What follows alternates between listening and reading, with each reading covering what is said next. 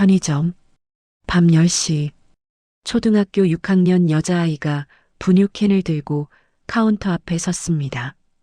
떨리는 손으로 검은 카드를 내밀었습니다.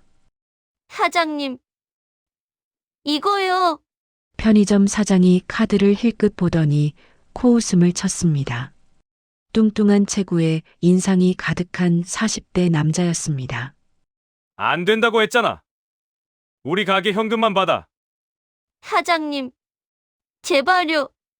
동생이 배고파서. 야, 초등학생이 부모도 없이 밤에 카드 들고 나와? 이거 훔친 거 아니야? 아이의 얼굴이 창백해졌습니다. 아니에요. 이거 저희 아빠. 아빠. 아빠는 어디 있는데? 아이가 입술을 깨물었습니다. 돌아가셨어요. 사장이 짜증스럽게 손을 저었습니다. 에이, 됐어. 불경기에 손님도 없는 판에 초등학생 카드 받았다가 무슨 불똥 튈지 모르잖아. 나가. 사장님, 한 번만요. 제발. 아이가 울먹이며 매달렸습니다. 사장이 카드를 밀어냈습니다. 안 된다니까. 현금 가져오든가. 아이가 카드를 꼭 쥐고 편의점을 나섰습니다. 찬바람이 얼굴을 때렸습니다. 눈물이 볼을 타고 흘러내렸습니다. 동생들, 어떡하지? 바로 그 순간 서울 강남 대형 빌딩 최상층 한 남자의 스마트폰에 알림이 떴습니다. 박재민 명의 카드 사용 시도. 위치 서울 관악구 신림동 편의점. 남자가 스마트폰을 떨어뜨렸습니다. 눈이 커졌습니다.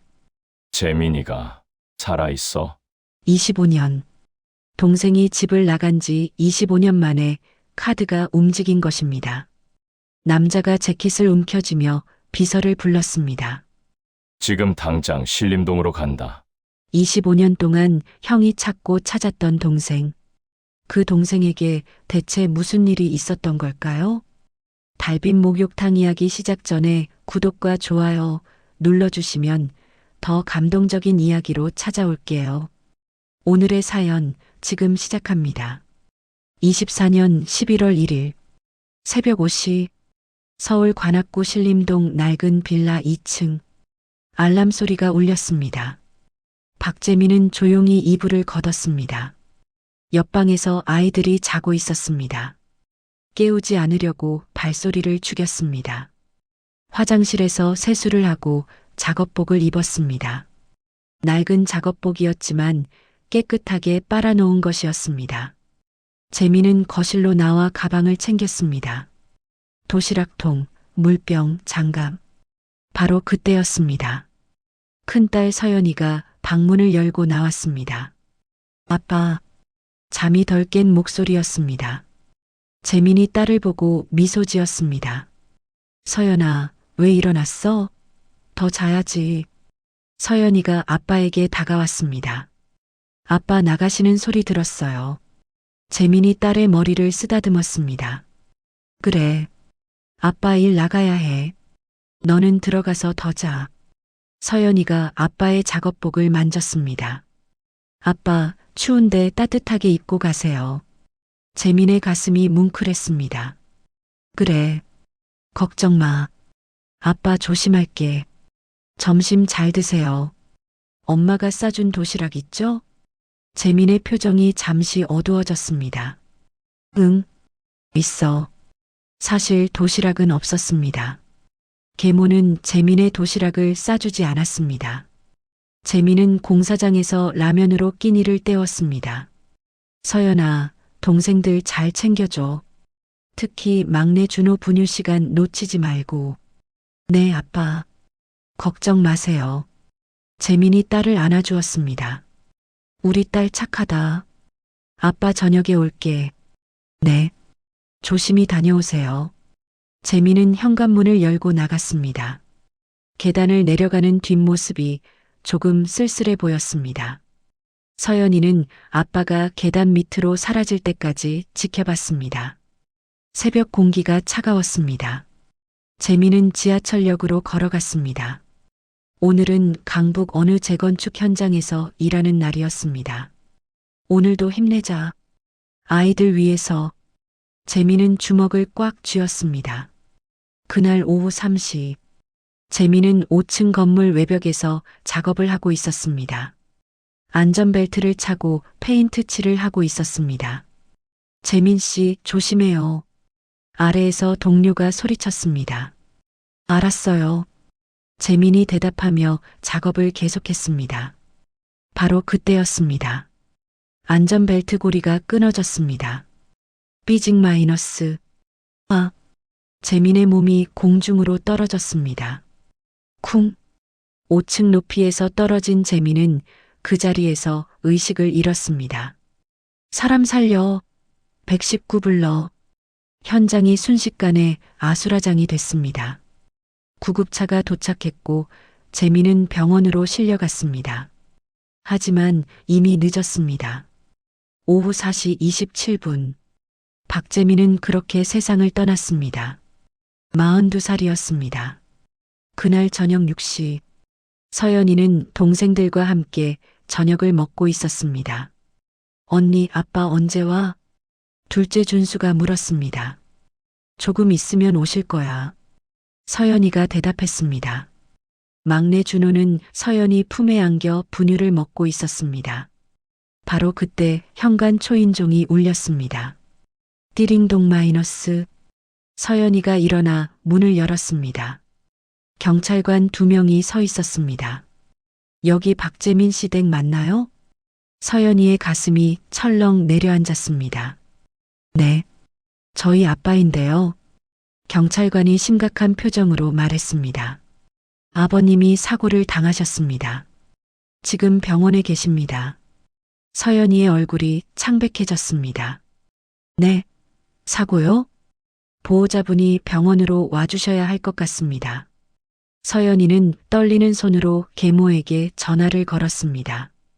여보세요? 계모의 차갑고 짜증 섞인 목소리가 들렸습니다. 엄마, 아빠가 사고 났대요. 뭐, 사고? 경찰 아저씨가 병원으로 오래요. 계모가 한숨을 쉬었습니다. 알았어. 내가 갈게. 전화가 끊어졌습니다. 1시간 후, 계모가 병원에 도착했을 때 재민은 이미 세상을 떠난 뒤였습니다. 의사가 조용히 말했습니다. 유가족분이신가요? 네, 저 부인입니다. 죄송합니다. 최선을 다했지만 돌아가셨습니다. 계모는 아무 말도 하지 않았습니다. 눈물도 흘리지 않았습니다. 그저 차갑게 서 있을 뿐이었습니다. 3일 후, 신림동 작은 장례식장. 박재민의 빈소가 차려졌습니다. 영정사진 속 재민은 환하게 웃고 있었습니다. 하지만 조문객은 거의 없었습니다. 서연이는 검은 상복을 입고 영정 앞에 앉아 있었습니다. 눈물이 멈추지 않았습니다. 아빠, 왜 가셨어요? 준수가 누나 옆에 앉아 울었습니다. 아빠, 보고 싶어. 막내 준호는 아직 돌이 안 됐기 때문에 아빠가 떠난 것을 이해하지 못했습니다. 계모는 빈소 밖에서 전화 통화를 하고 있었습니다. 응, 알았어. 곧 갈게. 계모가 빈소로 들어와 서연이를 불렀습니다. 서연아. 서연이가 고개를 들었습니다. 네. 계모가 차갑게 말했습니다. 나 내일 집 나갈 거야. 서연이의 눈이 커졌습니다. 네. 무슨 말씀이세요? 나 너희 친엄마 아니잖아. 너희 아빠 없는데 내가 왜 너희들 키워? 서연이가 벌떡 일어났습니다. 엄마, 그게 무슨 말씀이세요? 계모가 핸드백을 집어들었습니다.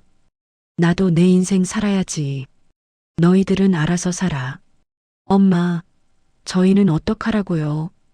계모가 뒤돌아보지도 않고 빈소를 나갔습니다. 서연이는 그 자리에 주저앉았습니다. 아빠, 어떡해요? 엄마가 가버렸어요. 준수가 누나를 붙잡고 울었습니다. 언니, 우리 어떡해? 서연이는 동생을 꼭 안았습니다. 괜찮아. 언니가 있어. 언니가 너희 지켜줄게. 장례식장 밖에서는 찬바람이 불었습니다. 12살 소녀에게 세상은 너무 가혹했습니다. 하지만 서연이는 눈물을 닦고 일어섰습니다. 동생들을 지켜야 했습니다. 그게 언니로서 해야 할 일이었습니다. 영정 속 아빠는 여전히 환하게 웃고 있었습니다. 서연이는 아빠 영정에 절을 했습니다. 아빠, 걱정 마세요. 제가 동생들 잘 키울게요. 약속할게요. 하지만 서연이는 몰랐습니다. 앞으로 얼마나 힘든 날들이 기다리고 있는지, 그리고 아빠가 남긴 작은 선물이 그들을 구원하게 될 거라는 것을. 장례를 치른 다음 날, 서연이는 새벽부터 눈을 떴습니다. 잠을 잘 수가 없었습니다. 옆에서 준수가 자고 있었고 막내 준호는 요람해서 코를 골았습니다. 서연이는 조용히 일어나 거실로 나왔습니다. 텅 빈 집이었습니다. 계모는 어제 짐을 싸서 나갔습니다. 아무것도 남기지 않았습니다. 냉장고 문을 열었습니다. 김치 한 통, 밥 조금, 계란 4개, 그리고 분유 한 통이 절반쯤 남아 있었습니다. 이것만으로 며칠이나 버틸 수 있을까? 서연이는 냉장고 문을 닫았습니다. 12살. 아직 어린 나이였지만 이제 서연이가 가장이었습니다. 동생들을 지켜야 했습니다. 먹여야 했습니다. 하지만 어떻게 해야 할지 막막했습니다. 바로 그때 준호가 울기 시작했습니다. 의학 마이너스. 서연이가 급히 달려갔습니다. 준호야, 언니 왔어. 준호를 안아들었습니다. 기저귀가 젖어 있었습니다. 서연이는 기저귀를 갈아주고 분유를 타러 부엌으로 갔습니다. 분유통을 열었습니다. 절반밖에 남지 않았습니다. 이거 다 쓰면 그 다음엔. 서연이는 생각하지 않으려 했습니다. 일단 오늘을 버티는 게 먼저였습니다. 뜨거운 물을 부어 분유를 탔습니다. 준호에게 젖병을 물렸습니다. 준호야, 천천히 먹어. 준호는 젖병을 빨며 언니를 올려다봤습니다. 서연이는 동생을 보며 눈물을 참았습니다. 준수가 방에서 나왔습니다. 언니 배고파? 서연이가 동생을 보며 미소 지었습니다. 그래, 언니가 밥 해줄게. 냉장고에서 밥과 김치를 꺼냈습니다. 계란도 하나 꺼냈습니다. 프라이팬에 기름을 두르고 계란을 깼습니다. 지글지글 마이너스. 계란 후라이가 완성됐습니다. 밥을 퍼서 준수 앞에 놓았습니다. 많이 먹어. 언니는 안 먹어? 언니는 배 안 고파? 너 먹어. 사실 서연이도 배가 고팠습니다. 어젯밤부터 아무것도 먹지 못했습니다. 하지만 동생들 먹이는 게 먼저였습니다. 어린 나이였지만 이제 서연이가 가장이었습니다. 준수가 밥을 먹는 동안 서연이는 준호를 안고 창밖을 봤습니다. 11월 초, 날씨가 점점 추워지고 있었습니다. 조금만 버티면. 무엇을 버티는지도 모르면서 서연이는 스스로를 다독였습니다. 11월 6일, 둘째 날도 비슷하게 지나갔습니다.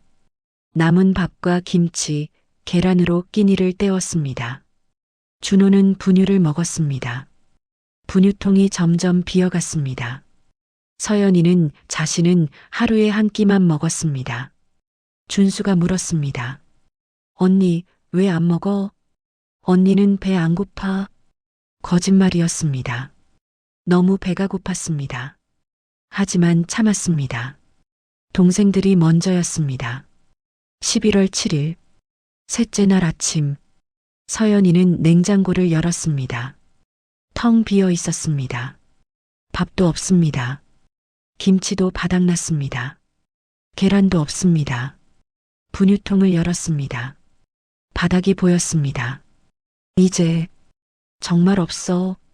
서연이는 부엌 서랍을 열어 돈을 찾기 시작했습니다. 첫 번째 서랍, 없습니다. 두 번째 서랍, 없습니다. 세 번째 서랍. 없습니다. 계모가 돈을 전부 가지고 나간 것입니다. 서연이는 주저앉았습니다. 어떡하지? 바로 그때 준호가 울기 시작했습니다. 으악 마이너스, 으악 마이너스. 배고픈 울음이었습니다. 서연이는 준호를 안고 달랬습니다. 준호야, 조금만 기다려. 언니가 뭐 구해올게. 하지만 무엇을 어떻게 구해야 할지 알 수 없었습니다. 준수도 부엌으로 나왔습니다. 언니, 나도 배고파. 서연이의 눈에서 눈물이 흘렀습니다. 미안해. 언니가 뭐 좀 구해올게. 서연이는 문득 생각났습니다. 아빠 작업복. 장례식장에서 가져온 아빠 작업복. 아직 빨지 않고 방 한쪽에 걸어뒀습니다. 혹시 주머니에 돈이 있을까? 서연이는 작업복으로 달려갔습니다. 주머니를 뒤지기 시작했습니다. 왼쪽 주머니, 먼지만 묻어 있었습니다. 오른쪽 주머니, 영수증 한 장, 뒷주머니, 없습니다. 안주머니, 뭔가 만져졌습니다. 서연이는 조심스럽게 꺼냈습니다. 검은색 카드였습니다. 이게 뭐지? 카드를 자세히 봤습니다. H와 EUNDAIBLACKCARD. 박재민. 아빠 이름이 적혀 있었습니다. 서연이는 카드를 꽉 쥐었습니다. 이걸로 분유를 살 수 있을까? 서연이는 외투를 입었습니다. 준수가 다가왔습니다. 언니, 어디가? 분유 사러 가야 해. 나도 갈래. 안 돼. 너는 집에서 준호 봐줘야 해. 준수가 고개를 저었습니다. 싫어. 나도 같이 갈 거야. 혼자 무서워. 서연이는 한숨을 쉬었습니다. 준수를 혼자 두고 갈 수도 없었습니다. 알았어. 같이 가자. 서연이는 준호를 업었습니다. 아직 돌도 안 된 준호는 가벼웠지만 서연이에게는 무거웠습니다. 준수가 언니 손을 잡았습니다. 언니 가자. 그래.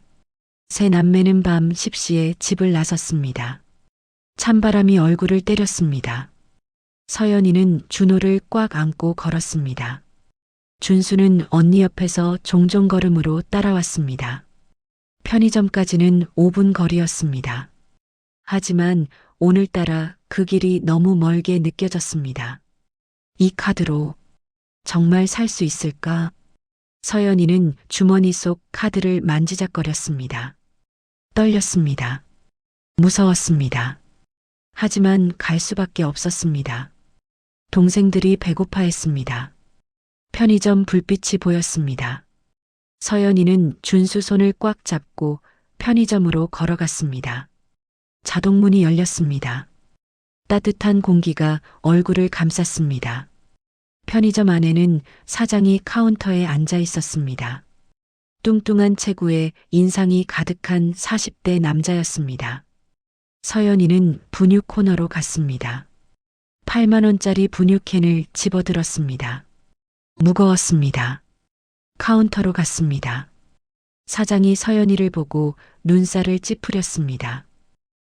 너 혼자 왔어? 네. 부모님은? 서연이는 대답할 수가 없었습니다. 사장이 분유를 집어들었습니다. 8만 원.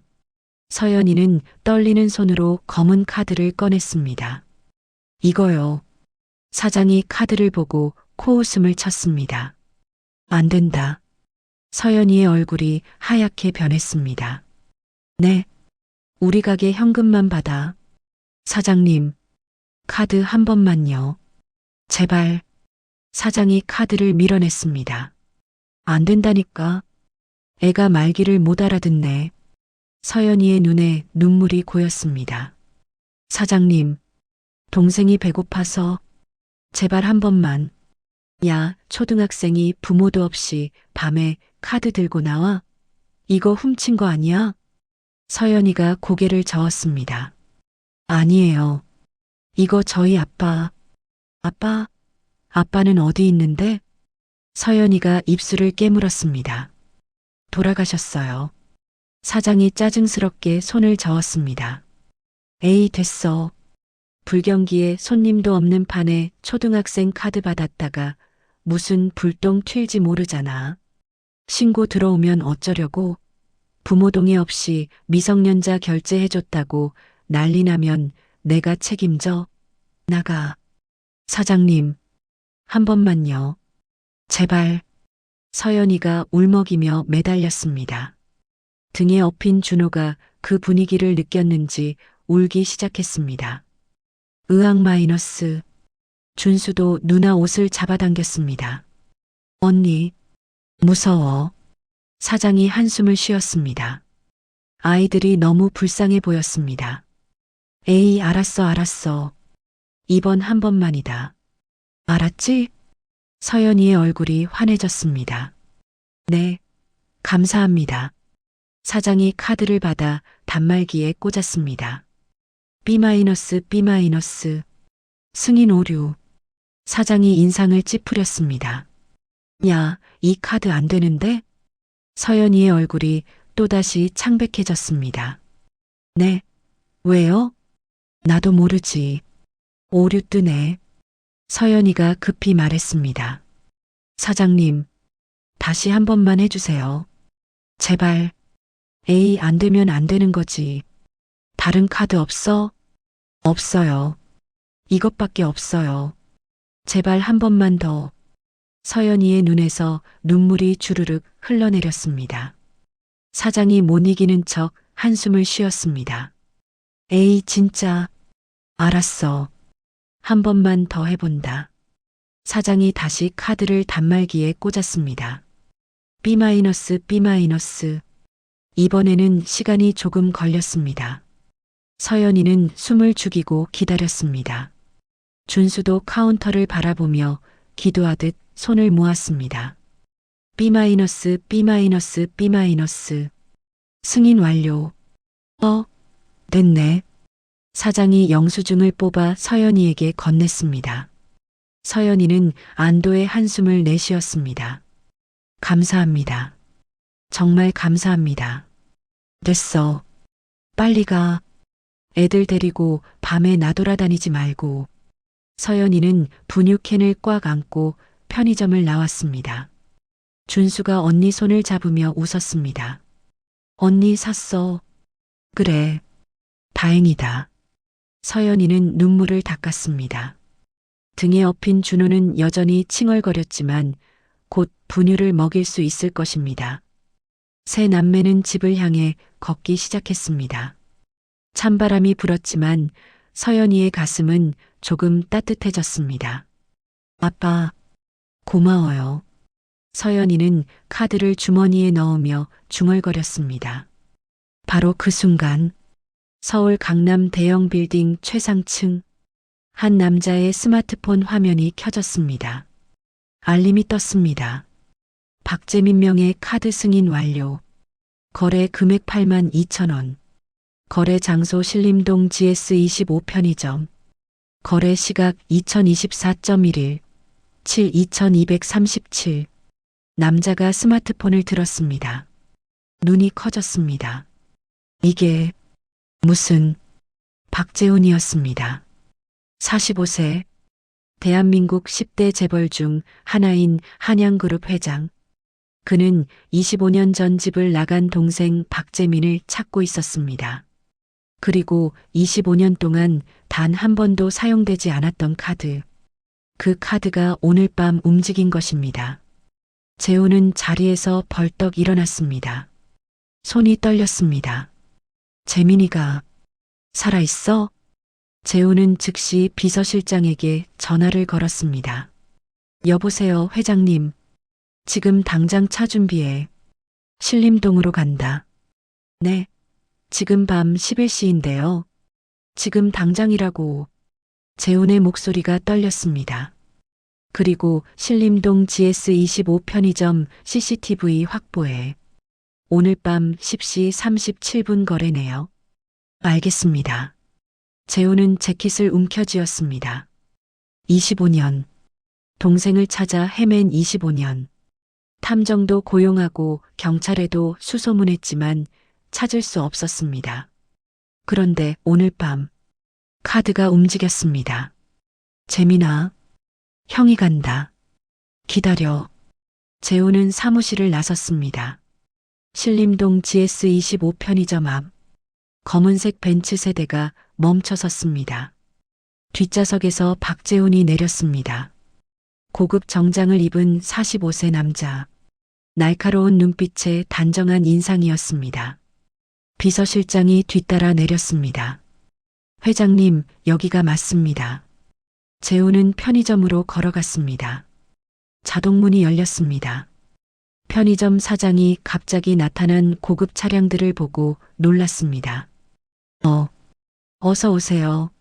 재훈이 카운터 앞에 섰습니다. 사장님, 30분 전에 여기서 카드 결제한 사람 기억나십니까? 네. 누구요?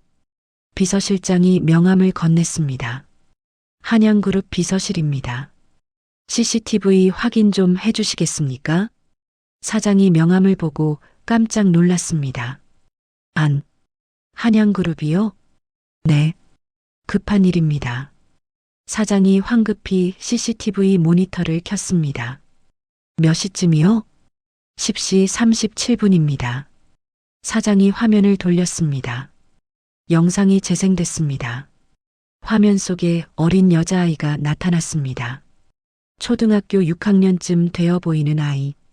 등에는 어린 아기를 업고 있었습니다. 옆에는 더 어린 남자아이가 서 있었습니다. 재훈의 눈이 커졌습니다. 이 아이가 카드를 썼다고요? 네. 분유 사러 왔더라고요. 처음엔 카드 안 받으려고 했는데 너무 불쌍해 보여서. 재훈은 화면 속 아이를 뚫어지게 쳐다봤습니다. 재민이 아이들인가? 비서실장이 사장에게 물었습니다. 이 아이들 어디 사는지 아십니까? 글쎄요. 이 근처인 것 같긴 한데. 재훈이 입을 열었습니다. 주변 목격자 찾아보십시오. 이 아이들 본 사람 있을 겁니다. 알겠습니다. 비서들이 편의점 주변을 수색하기 시작했습니다. 30분 후, 한 비서가 돌아왔습니다. 회장님 찾았습니다. 근처 슈퍼 주인이 이 아이들을 안답니다. 어디 삽니까? 여기서 2블록 떨어진 빌라라고 합니다. 재훈의 심장이 빠르게 뛰었습니다. 지금 당장 갑니다. 차량들이 다시 움직였습니다. 2분 후, 낡은 3층 빌라 앞에 도착했습니다. 재훈이 차에서 내렸습니다. 건물을 올려다봤습니다. 페인트가 벗겨진 외벽, 녹슨 철제 계단. 재민이가 여기서 살았나? 재훈의 가슴이 먹먹해졌습니다. 2층 203호라고 합니다. 재훈은 계단을 올랐습니다. 삐걱삐걱 마이너스. 낡은 계단이 소리를 냈습니다. 2층에 도착했습니다. 203호. 낡은 철문이었습니다. 재훈은 숨을 고르고 초인종을 눌렀습니다. 띠링동 마이너스. 안에서 발소리가 들렸습니다. 문이 열렸습니다. 서연이가 나타났습니다. 방금 분유를 먹인 후인지 젖병을 들고 있었습니다. 누구세요? 서연이가 낯선 어른들을 보고 놀랐습니다. 재훈은 아이를 내려다봤습니다. 마른 얼굴, 깊은 눈 밑 그늘, 손은 거칠었습니다. 이렇게 어린아이가. 재훈의 목소리가 떨렸습니다. 혹시 박재민 씨 딸인가요? 서연이의 얼굴이 굳었습니다. 네. 그런데요. 나는 내 아버지 형입니다. 서연이의 눈이 커졌습니다. 네. 큰아버지. 재훈이 고개를 끄덕였습니다. 그래. 큰아버지야. 들어가도 되겠니? 서연이는 어리둥절한 표정으로 문을 열었습니다. 재훈과 비서실장이 집 안으로 들어갔습니다. 좁은 원룸이었습니다. 벽지는 곳곳이 찢어져 있었고 천장에는 곰팡이가 피어 있었습니다. 방 한쪽에는 요람이 있었고 그 안에서 준호가 자고 있었습니다. 준수는 이불 속에서 자고 있었습니다. 재우는 집안을 둘러보며 주먹을 쥐었습니다. 재민이가 이런 곳에서 서연이가 조심스럽게 물었습니다. 정말 저희 아빠 형이세요? 재훈이 서연이를 쳐다봤습니다. 그래, 너희 아버지는 박재민 맞지? 네, 나는 박재훈이야. 내 아버지 형. 서연이는 여전히 믿기지 않는다는 표정이었습니다. 재훈이 물었습니다. 아버지는 어디 계시니? 서연이의 얼굴이 일그러졌습니다. 눈에서 눈물이 흘러내렸습니다. 아빠는 돌아가셨어요. 재훈의 몸이 굳었습니다. 뭐라고? 일주일 전에 공사장에서 사고 났어요. 재훈의 다리에 힘이 풀렸습니다. 그 자리에 주저앉았습니다. 재민이가 죽었어? 네. 재훈의 눈에서 눈물이 흘렀습니다. 25년 동안 찾았습니다. 하지만 이미 늦었습니다. 동생은 세상을 떠났습니다. 미안하다. 재민아, 형이 너무 늦었어. 재훈이 바닥에 주저앉아 울었습니다. 45세 재벌 회장이 낡은 원룸 바닥에서 아이처럼 울었습니다. 서연이는 큰아버지를 보며 어찌할 바를 몰랐습니다. 한참을 운 재훈이 눈물을 닦고 일어섰습니다. 서연이를 쳐다봤습니다. 너희, 엄마는 어디 계시니? 서연이가 고개를 숙였습니다. 새엄마예요. 아빠 돌아가시고 나간 뒤로 안 오세요. 재훈의 눈빛이 차갑게 변했습니다. 혼자 동생들 키웠어? 네. 재훈이 서연이를 끌어안았습니다. 미안하다. 큰아버지가 너무 늦게 찾아왔구나. 서연이는 큰아버지 품에서 처음으로 마음 놓고 울었습니다. 큰아버지, 저희 어떡해요? 먹을 것도 없고 돈도 없어요. 재훈이 서연이 머리를 쓰다듬었습니다. 이제 괜찮아. 큰아버지가 있어. 너희 이제 혼자 아니야. 재훈은 비서실장을 쳐다봤습니다. 지금 당장 차 준비하십시오. 이 아이들 우리 집으로 데려갑니다. 알겠습니다. 재훈이 서연이를 보며 말했습니다. 짐 싸. 이제 우리 집으로 가자. 네. 너희 이제 큰아버지랑 살 거야. 알았지? 서연이의 눈에서 눈물이 주르륵 흘렀습니다. 정말요? 그래. 진짜야. 서연이는 그 자리에 주저앉아 울었습니다. 안도의 눈물이었습니다. 감사의 눈물이었습니다. 마침내 누군가 손을 내밀어 준 것입니다. 한남동 대저택, 검은 벤츠 세대가 넓은 정원을 지나 현관 앞에 멈췄습니다. 서연이는 차창 밖을 보며 눈이 커졌습니다. 여기가 집이야? 궁전 같은 저택이었습니다. 재훈이 차에서 내려 서연이를 도왔습니다. 내려. 여기가 우리 집이야. 서연이는 준호를 안고 조심스럽게 내렸습니다. 준수는 차에서 내려 주변을 두리번거렸습니다. 와, 여기 진짜 커. 현관문이 열렸습니다. 50대 중반의 단정한 여자가 나왔습니다. 재훈의 아내였습니다. 여보, 이 아이들이? 재민이 아이들이야. 부인의 눈이 커졌습니다. 재민이 아이들이라고요? 응. 재민이는 일주일 전에 세상을 떠났어. 부인이 손으로 입을 막았습니다. 세상에. 재훈이 서연이를 가리켰습니다. 큰딸 서연이, 둘째 준수, 막내 준호야. 부인이 서연이를 보고 미소 지었습니다. 어서 와. 들어오렴. 집 안으로 들어가자 넓은 거실이 나타났습니다. 샹들리에가 천장에서 빛나고 있었습니다. 대리석 바닥이 반짝였습니다. 서연이는 그 모든 게 꿈만 같았습니다. 재훈이 가정부를 불렀습니다. 김 여사님, 60대 가정부가 나타났습니다. 네, 회장님. 아이들 씻기고 깨끗한 옷 입혀주세요. 그리고 따뜻한 음식 좀 준비해 주시고요. 알겠습니다. 가정부가 서연이를 보며 따뜻하게 웃었습니다. 아가씨, 이리 오세요. 씻고 오면 맛있는 거 많이 줄게요. 서연이는 준호를 가정부에게 건넸습니다. 가정부가 준호를 안아들었습니다. 어머, 이 아기 얼마나 안 먹었어요? 너무 말랐네. 가정부의 눈에 눈물이 고였습니다. 30분 후, 세 남매는 따뜻한 물로 목욕을 하고 깨끗한 옷을 입었습니다. 서연이는 처음 입어보는 부드러운 잠옷이 신기했습니다. 식당으로 안내됐습니다. 큰 테이블에 음식이 가득했습니다. 따뜻한 미역국, 갈비찜, 계란말이, 나물, 과일. 서연이는 그 많은 음식을 보고 눈물이 났습니다. 앉아. 많이 먹어. 재훈이 의자를 빼주었습니다.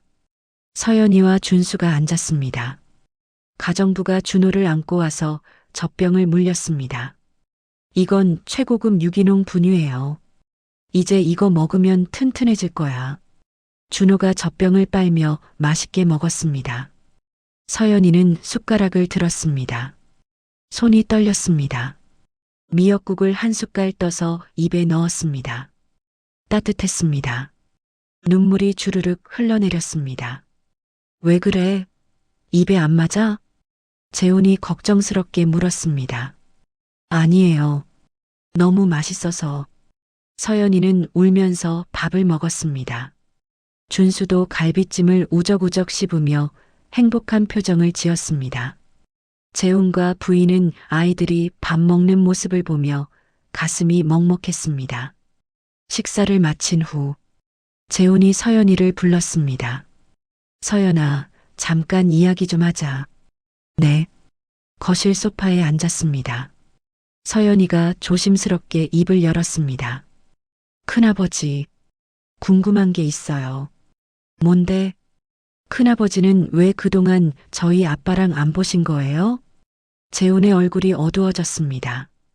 한참을 침묵하다가 입을 열었습니다. 그건 25년 전 일이야. 25년 전이요? 재훈이 천천히 이야기를 시작했습니다. 너희 아버지는 원래 이 집에서 살았어. 큰아버지랑 같이. 서연이의 눈이 커졌습니다. 네. 너희 할아버지, 할머니가 살아계실 때였지. 우리 집안은 원래 엄격했어. 재훈이 창밖을 바라보며 계속했습니다. 25년 전 너희 아버지가 25살 때 너희 친어머니를 만났어. 친어머니요? 응. 착하고 예쁜 여자였어. 하지만 우리 집안에서 반대했지. 왜요? 집안이 맞지 않는다고. 너희 친어머니는 평범한 집안 출신이었거든. 재훈의 목소리가 떨렸습니다. 할아버지, 할머니가 결혼을 절대 허락하지 않으셨어. 하지만 너희 아버지는, 아빠는 어떻게 하셨어요? 반대를 무릅쓰고 결혼을 강행했지. 그리고 그날 집에서 쫓겨났어. 서연이가 손으로 입을 막았습니다. 할아버지가 직접 말씀하셨어. 이 집 문을 나가면 다신 들어오지 말라고. 재훈의 눈에 눈물이 고였습니다. 형인 나는 아무것도 못했어. 그냥 보고만 있었지. 큰아버지, 너희 아버지가 짐을 싸서 나갈 때 나는 몰래 아버지 가방에 카드 한 장을 넣어줬어. 재훈이 주머니에서 똑같은 검은 카드를 꺼냈습니다. 이 카드, 한양그룹 블랙카드. 한도 제한 없어. 서연이가 카드를 쳐다봤습니다. 그 카드에 쪽지를 하나 넣었어. 재민아, 힘들면 언제든 이 카드 써. 형이 다 해줄게. 미안해. 라고. 재훈의 목소리가 떨렸습니다. 하지만 너희 아버지는 25년 동안 그 카드를 단 한 번도 쓰지 않았어. 왜요? 자존심 때문이었을 거야. 형한테 도움받기 싫었던 거지. 혼자 힘으로 살아가겠다고. 재훈이 눈물을 흘렸습니다. 나는 탐정을 고용하고 경찰에 수소문했어. 동생을 찾으려고. 하지만 찾을 수가 없었어. 아빠가 숨으신 거예요? 그런 것 같아. 집안에 다시 연락할 생각이 없었나 봐. 재훈이 서연이 손을 잡았습니다. 그러다가 일주일 전 그 카드가 움직였어. 너희가 분유 살 때 서연이가 고개를 숙였습니다. 25년 동안 안 쓴 카드를 너희가 처음 쓴 거야. 그래서 형이 너희를 찾을 수 있었어. 서연이의 눈에서 눈물이 주르륵 흘러내렸습니다. 아빠는 끝까지 저희를 지켜주신 거예요. 재훈이 서연이를 끌어안았습니다. 그래, 너희 아버지는 훌륭한 사람이었어. 자존심 때문에 형한테 도움 안 받고 혼자 너희를 키웠어. 하지만 마지막에는 너희를 위해 그 카드를 남겨뒀지. 혹시 모를 상황에 대비해서 서연이는 큰아버지 품에서 소리내어 울었습니다. 아빠, 고마워요. 사랑해요. 재훈도 조카를 안고 함께 울었습니다. 25년. 잃어버린 시간이었지만 이제 다시 가족이 됐습니다. 11월 9일 오전 9시 재훈은 한양그룹 본사 회장실에 앉아 있었습니다. 책상 위에는 서연이 3남매의 가족관계 증명서가 놓여 있었습니다. 재훈은 서류를 보며 눈살을 찌푸렸습니다. 계모 김혜진. 재훈은 비서실장을 불렀습니다. 들어오십시오. 비서실장이 회장실로 들어왔습니다. 회장님 부르셨습니까? 김혜진이라는 여자 찾아주십시오. 재훈이 서류를 건넸습니다. 박재민 씨의 재혼한 부인입니다. 현재 행방을 파악하고 모든 정보를 수집하십시오. 알겠습니다. 그리고 변호사도 대기시키십시오. 법적 조치를 취할 겁니다. 비서실장이 고개를 끄덕이고 나갔습니다. 재훈은 창밖을 바라보며 주먹을 쥐었습니다. 재민이 아이들을 버린 여자. 절대 그냥 두지 않겠어. 오후 3시 비서실장이 다시 회장실로 들어왔습니다. 회장님, 김혜진의 행방을 파악했습니다. 어디 있습니까? 강남 압구정동의 한 오피스텔에 거주 중입니다. 비서실장이 서류를 펼쳤습니다. 그리고 중요한 정보가 있습니다. 말해보십시오. 김혜진은 박재민 씨가 살아계실 때부터 다른 남자와 부적절한 관계를 유지해 왔습니다. 재훈의 눈빛이 차갑게 변했습니다. 증거가 있습니까? 네. 사설 탐정을 통해 확보했습니다. 호텔 출입 기록, 통화 내역, 사진 등이 있습니다. 비서실장이 또 다른 서류를 꺼냈습니다. 그리고 박재민 씨의 산재 보상금과 보험금 내역을 확인했습니다. 얼마입니까?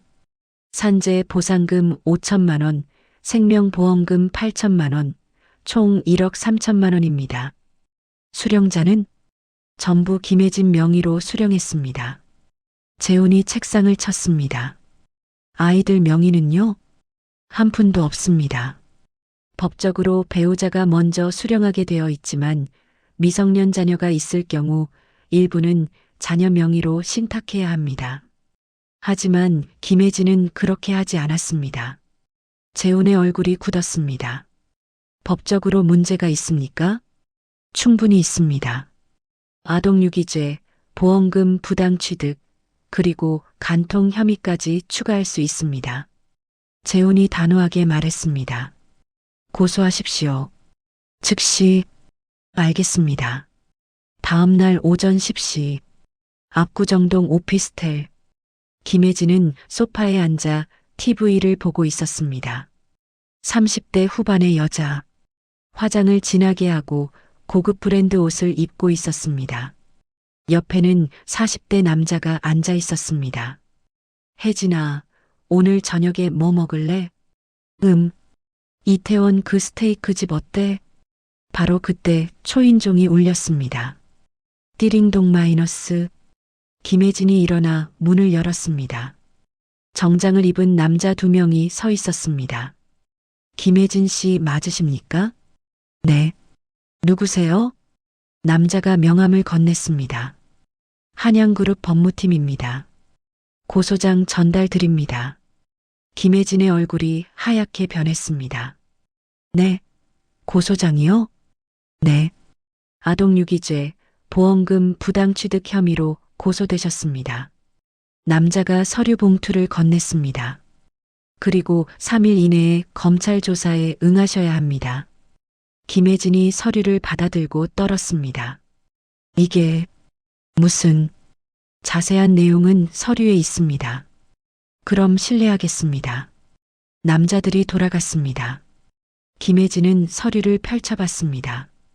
고소장, 고소인 박재훈 박재민의 형, 법정 대리인, 피고소인 김혜진, 혐의 아동유기죄, 보험금 부당취득. 김혜진의 손이 떨렸습니다. 박재훈? 재민이 형? 옆에 있던 남자가 다가왔습니다. 혜진아, 무슨 일이야? 재민이 형이 나를 고소했어. 뭐? 왜? 김혜진이 소파에 주저앉았습니다. 애들 때문에. 나흘 후 서울중앙지검. 김혜진은 변호사와 함께 조사실로 들어갔습니다. 검사가 책상 앞에 앉아 있었습니다. 앉으십시오.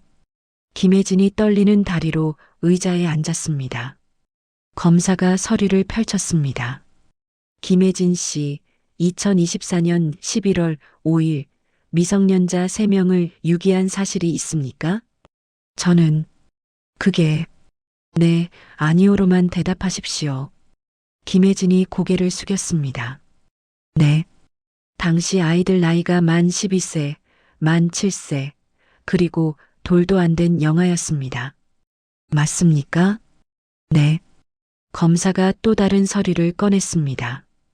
박재민 씨의 산재 보상금 5천만 원, 생명보험금 8천만 원, 총 1억 3천만 원을 수령하셨죠? 네. 이 중 미성년 자녀 명의로 신탁한 금액은? 김혜진이 대답하지 못했습니다. 없습니다. 맞죠? 네. 검사가 차갑게 말했습니다. 김혜진 씨, 이는 명백한 아동유기죄이며 보험금 부당취득입니다. 저도 힘들었어요. 혼자서 애들 셋을 어떻게 키워요? 검사가 또 다른 서류를 꺼냈습니다. 그럼 이건 뭡니까? 사진이었습니다. 김혜진이 낯선 남자와 호텔로 들어가는 사진. 김혜진의 얼굴이 새하얗게 변했습니다. 이 남자와 박재민 씨 생전부터 부적절한 관계를 유지하셨죠? 그건 증거가 다 있습니다. 통화 내역, 호텔 출입 기록, 증인 진술까지. 김혜진이 울기 시작했습니다. 제발 한 번만 봐주세요. 검사가 고개를 저었습니다. 법은 감정으로 판단하지 않습니다. 김혜진 씨는 아동유기죄로 구속수감될 것이며 부당취득한 보험금 전액을 반환하셔야 합니다. 1억 3천만 원을 어떻게 갚아요?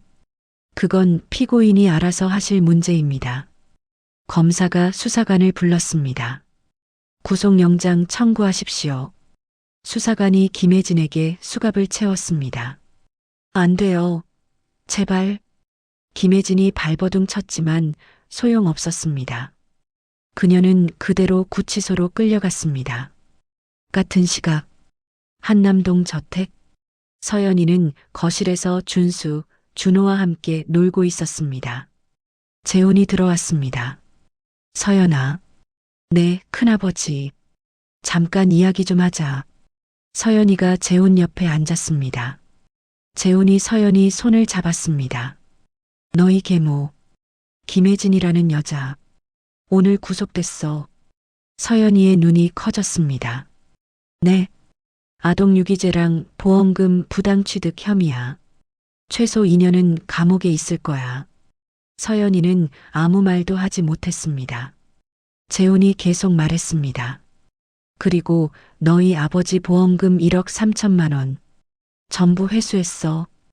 이제 너희 명의로 신탁할 거야. 큰아버지, 걱정 마. 큰아버지가 다 처리할게. 너희는 이제 안전해. 서연이의 눈에서 눈물이 흘렀습니다. 고마워요. 정말 고마워요. 재훈이 서연이를 안아주었습니다. 고맙긴. 당연한 거야. 너희는 이제 우리 가족이야. 창밖으로 따뜻한 햇살이 들어왔습니다. 서연이는 처음으로 마음 놓고 웃었습니다. 이제 정말 괜찮을 것 같았습니다. 6개월 후, 2025년 5월, 한남동 저택은 아침부터 분주했습니다. 서연아, 교복 잘 어울린다. 재훈의 부인이 환하게 웃으며 서연이를 쳐다봤습니다. 서연이는 새 중학교 교복을 입고 거울 앞에 섰습니다. 깔끔한 블라우스에 체크무늬 치마. 6개월 전과는 완전히 다른 모습이었습니다. 얼굴에는 생기가 돌았고 눈빛도 밝아졌습니다. 큰어머니, 저 이상하지 않아요? 무슨 소리야? 너무 예쁘지. 준수가 계단을 뛰어내려왔습니다. 누나, 나 늦겠어. 준수도 초등학교 교복을 말끔하게 입고 있었습니다. 6개월 전 말없고 움츠러들던 아이가 아니었습니다. 이제는 밝게 웃고 친구들과 잘 어울렸습니다. 알았어. 같이 가자. 거실에서는 준호가 바닥에 앉아 장난감을 가지고 놀고 있었습니다. 이제 막 돌이 지난 준호는 통통하게 살이 올랐습니다. 최고급 분유와 정성스러운 돌봄 덕분이었습니다. 까꿍. 가정부가 준호와 놀아주고 있었습니다. 준호가 깔깔거리며 웃었습니다. 재훈이 넥타이를 매며 계단을 내려왔습니다. 서연아, 오늘 중학교 입학식이지? 네, 큰아버지. 긴장되지? 서연이가 수줍게 웃었습니다. 조금요. 재훈이 서연이 어깨를 토닥였습니다. 잘할 거야. 우리 서연이 똑똑하잖아. 고마워요, 큰아버지. 재훈의 부인이 도시락 2개를 들고 왔습니다. 자, 서연이 거, 준수 거. 점심 맛있게 먹어. 감사합니다, 큰어머니. 현관에서 운전기사가 기다리고 있었습니다. 아가씨, 도련님 출발하시죠. 서연이와 준수가 차에 탔습니다. 재훈과 부인이 현관에서 손을 흔들었습니다. 조심히 다녀와. 차가 출발했습니다. 재훈이 아내를 보며 미소 지었습니다. 여보, 아이들 정말 많이 밝아졌죠? 그러게요. 6개월 전만 해도 저렇게 웃을 줄 몰랐는데. 재훈이 거실로 들어가 준호를 안아들었습니다. 준호야, 크게 자라라. 큰아버지가 잘 키워줄게. 준호가 재훈 얼굴을 만지며 웃었습니다. 아빠. 재훈의 눈시울이 붉어졌습니다. 준호는 재훈을 아빠라고 불렀습니다. 재훈은 그 호칭이 싫지 않았습니다. 오히려 가슴이 따뜻해졌습니다. 저녁, 온 가족이 식탁에 둘러앉았습니다. 재훈 부부, 서연,